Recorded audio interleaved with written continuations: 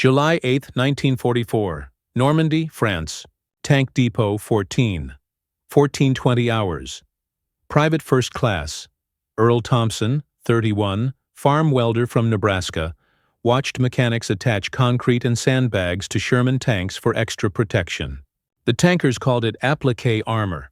The engineers called it desperation. Thompson called it stupid. Concrete cracked under impact. Sandbags got wet and fell off. Neither actually stopped German anti-tank rounds. They just made crews feel safer while adding weight that slowed tanks down. Thompson had seen this problem before, not on tanks but on farm equipment. Back in Nebraska, when cultivator blades wore thin from rock impacts, farmers didn't replace them. They built them up with hard-facing weld, a specific welding technique using high-carbon rod that created surface harder than the original steel. Blades lasted 3 times longer. Cost almost nothing. Thompson looked at Sherman armor, looked at German 75mm impacts punching clean through, looked at his welding equipment, and thought, what if you hard-faced tank armor the same way you hard-faced cultivator blades? The Army had metallurgical engineers studying armor improvement. They'd file reports, recommend alloy changes, but those solutions required factory modifications. Tanks in France needed protection now, not 6 months from now when improved armor arrived from Detroit. Thompson's idea was crazy. Everyone knew that. You couldn't just weld random metal onto armor plate and expect it to work. Armor metallurgy was complex science. But Thompson wasn't thinking about science. He was thinking about rocks hitting cultivator blades and welds that made soft steel hard. What happened next would change how the Army thought about field modifications forever. By July 1944, Sherman crews in Normandy faced a brutal reality. German anti-tank weapons had evolved specifically to defeat Sherman armor. The 75mm PK-40 anti-tank gun could penetrate Sherman frontal armor at 1,000 yards. The 88mm could do it at 2,000 yards. Panzerfaust infantry rockets could destroy Shermans at 60 yards. Sherman armor, designed in 1940 against 1940 threats, was inadequate against 1944 weapons. The Army knew this. Ordnance Department knew this. New Sherman variants with thicker armor were in production. The M4A3E2 Jumbo Sherman had 6-inch frontal armor, double the standard Sherman's 3 inches. But Jumbos wouldn't reach Europe in quantity until autumn. Shermans fighting in Normandy had the armor they had, and it wasn't enough. Crews improvised desperately. They welded spare track links to hull fronts, creating crude additional armor. They piled sandbags on glacis plates. They mixed concrete and poured it into wooden forms attached to turret fronts. These modifications added weight, reduced speed, and provided questionable protection. But crews felt they had to do something. Army engineers studied the problem systematically. Metallurgists analyzed German anti-tank rounds. They calculated penetration energies. They tested various steel alloys. Their conclusion was that Sherman armor needed either to be thicker or harder. Thicker armor required complete redesign. Harder armor required different steel alloys with specific heat treatment. Neither solution was achievable in field conditions. Earl Thompson wasn't a metallurgist. He was a farm kid who'd learned welding from his father, who'd learned it from his father. 3 generations of Nebraska farmers fixing equipment that wore out from hard use. Rock-hard prairie soil destroyed cultivator blades, plowshares, and disc harrows. Replacing them was expensive. Hard-facing them with weld was cheap. Hard-facing welding used special electrode rods with high carbon and manganese content. When melted onto steel surfaces, the resulting weld was significantly harder than base metal. Hard enough to resist abrasion from rocks. Hard enough to last 3 or 4 times longer than unfaced steel. The technique wasn't complicated. It was just different rod and proper heat control. Thompson arrived in France in June 1944 as replacement personnel assigned to tank depot maintenance. His official job was general welding repair, fixing broken brackets, patching damaged hulls, standard maintenance work. But Thompson saw those improvised armor additions and recognized familiar problem. Metal wearing through from impacts, same as cultivator blades back home. On July 8th, during lunch break, Thompson mentioned his idea to Corporal James Hewitt, the depot welding shop foreman. Back home, when plow blades wore thin, we'd build them up with hard-facing rod. Made the steel harder than original. Lasted way longer. Could we do that to tank armor? Hewitt's response was skeptical. Tank armor isn't plow blades. It's special steel. You can't just weld random stuff onto it. Hard-facing rod isn't random. It's high-carbon weld that creates harder surface than base metal. If it makes cultivator steel hard enough to resist rocks, maybe it makes armor steel hard enough to resist rounds. The engineers would have thought of this if it worked. Maybe engineers don't hard-face cultivator blades. Hewitt thought about this. The depot had authorization to make field modifications that improved combat effectiveness without compromising safety. If Thompson's idea worked, it could help crews immediately. If it failed, they'd wasted some welding rod in few hours. The risk-reward seemed acceptable. Test it, Hewitt said. We've got damaged hull sections from knocked-out Shermans. Take some. Try your hard-facing. We'll shoot them and see what happens. Thompson spent that afternoon applying hard-facing weld to several damaged armor plates. He used the same technique he'd used on farm equipment. Multiple weld passes building up a layer about an 1/8 inch thick. He covered entire surface areas, not just patches. The welds looked rough and industrial, nothing like precision engineering. But Thompson wasn't trying for pretty. He was trying for hard. The next day, July 9th, Thompson and Hewitt took the test plates to the ordnance testing range. They set up one unmodified Sherman armor plate and 2 of Thompson's hard-faced plates. Then they requested a German PaK-40 anti-tank gun captured during recent fighting. They loaded armor-piercing rounds and fired at 500 yards. The first shot hit unmodified armor. The round penetrated completely, leaving a clean hole. This was expected. Standard Sherman armor couldn't stop PaK-40 rounds at 500 yards. The second shot hit Thompson's hard-faced plate. The round hit, sparked dramatically, and deflected. It didn't penetrate. It left a deep gouge in the hard-facing but didn't punch through the armor beneath. Hewitt and Thompson stared at the result. They fired again. Same outcome. The round deflected. They fired a third time from 300 yards. Still deflected. They fired 5 more rounds at various angles. None penetrated. The hard-facing layer absorbed and deflected impacts that would have punched through standard armor. They couldn't believe it. Thompson's farm welding technique had just improved Sherman armor protection substantially. But would it hold up under combat conditions? The test was promising but limited. They needed more data. Hewitt reported results to Captain Richard Morrison, the depot maintenance officer. Morrison was skeptical. Field modifications to armor required engineering approval from Ordnance Department. Thompson's technique hadn't been tested systematically. It probably violated specifications. Morrison should reject it and forward the idea to proper channels for engineering review. But Morrison looked at the test plates, looked at the deflected rounds, thought about Sherman crews requesting more armor daily. Engineering review would take months. Crews needed protection now. Morrison made a decision. Apply Thompson's modification to 6 tanks. Test them in combat. If crews report problems, we pull the modification and report it to Ordnance. If it works, we expand it and report success to Ordnance. Either way, we gather data.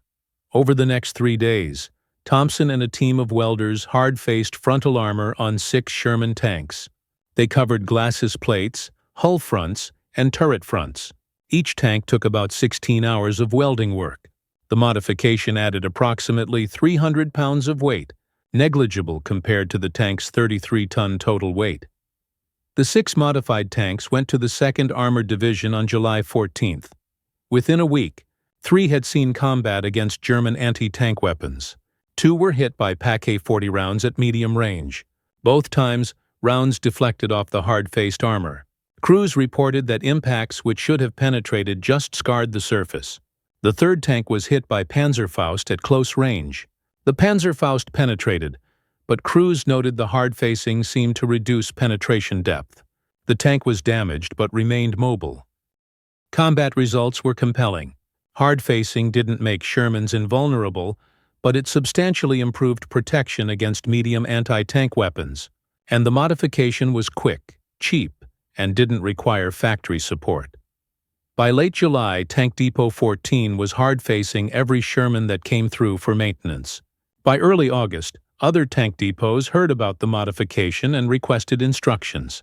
By September, the Ordnance Department had reviewed Thompson's technique, formalized installation procedures, and issued it as Authorized Field Modification 4437. The formal engineering analysis explained why Thompson's farm technique worked.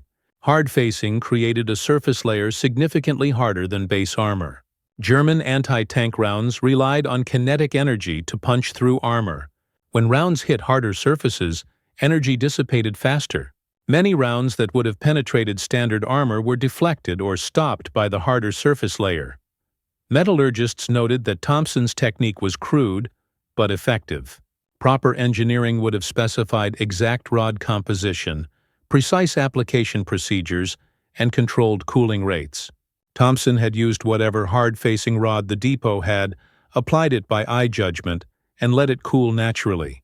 By engineering standards, it was sloppy, but it worked. The modification wasn't perfect. Hard-facing made armor more brittle. Repeated impacts on the same area could crack the weld layer. Heavy rounds from 80mm guns at close range still penetrated. But against the most common German anti-tank weapons, Pak-40 and Panzerfaust, hard-facing provided significant additional protection. The statistical impact was measurable.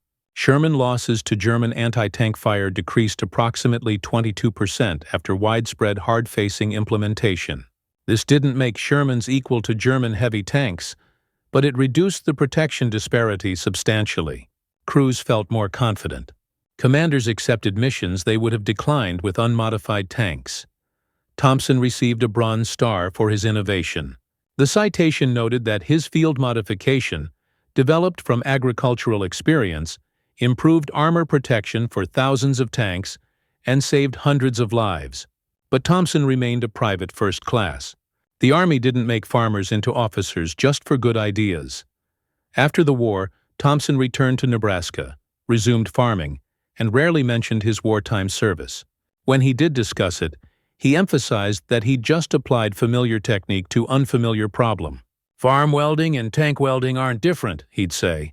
"You're joining steel under stress. The principles are the same whether it's a plow blade or a tank."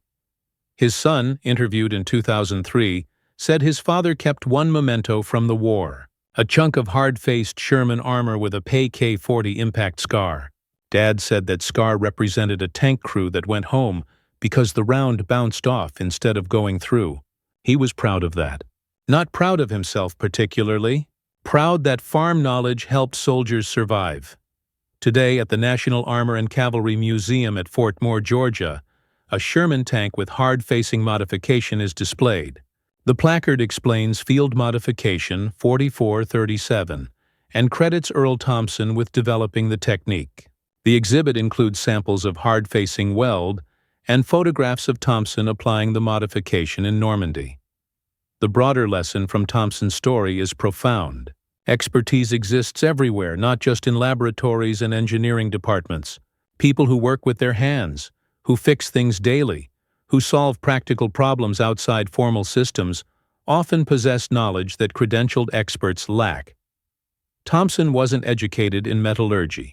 He'd never studied armor penetration dynamics. He didn't know the engineering principles behind anti-tank round design, but he knew that hard steel resists impacts better than soft steel, and he knew how to make steel hard with welding. That knowledge was enough. Organizations, military and civilian, miss opportunities when they only value formal expertise. Engineers with degrees get listened to. Workers with experience get ignored. But experience solving similar problems in different contexts often transfers better than theoretical knowledge untested in practice. The key is creating systems where practical knowledge can surface and be tested. The Army in 1944 had developed such systems through field modification policies. Thompson's welding foreman listened to his idea. The maintenance officer authorized testing. When testing showed promise, the modification was implemented rapidly. Formal engineering review happened after combat validation, not before. This approach wouldn't work for all problems. Some modifications require extensive testing before implementation. Some ideas that seem practical fail under scrutiny. But for problems needing immediate solutions, the implement and test approach beats the analyze and approve approach when lives are at stake. Thompson's modification wasn't elegant engineering. It was pragmatic problem-solving. It used available materials and familiar techniques to address urgent needs. That's the essence of field innovation. Not perfect solutions, but working solutions implemented quickly. The final lesson is about knowledge transfer across domains. Thompson's agricultural experience informed his military innovation. He didn't invent hard-facing. He applied existing technique to new problem. That pattern repeats throughout innovation history. Breakthrough solutions often come from applying methods from one field to problems in another field. Organizations benefit when they recruit people from diverse backgrounds and listen to their insights. Thompson's value wasn't his military training. It was his farm experience. The Army benefited by accepting input from a Nebraska farm kid who knew welding, Earl Thompson hard-faced cultivator blades, to resist Nebraska rocks. Then he hard-faced Sherman armor to resist German rounds. Same technique, different application. Brilliant transfer of knowledge across contexts. That's innovation. Not inventing something new, but seeing how something old applies somewhere unexpected. Farmers know things. Mechanics know things. Workers know things. Knowledge isn't confined to universities and laboratories. Sometimes the person who can solve your problem is the person everyone assumes has nothing to contribute. Thompson was that person. And because the Army listened, thousands of Sherman crews went home. That's worth remembering. The next great idea in your organization might come from the person nobody thinks to ask. Ask everyone. Listen to everyone. Test ideas regardless of source. Thompson's idea sounded ridiculous to engineers. But it worked. Ridiculous ideas sometimes do. That's why you test them instead of dismissing them. Hard-facing Sherman armor. A farmer's trick. An army's advantage. Proof that knowledge is where you find it, not where you expect it.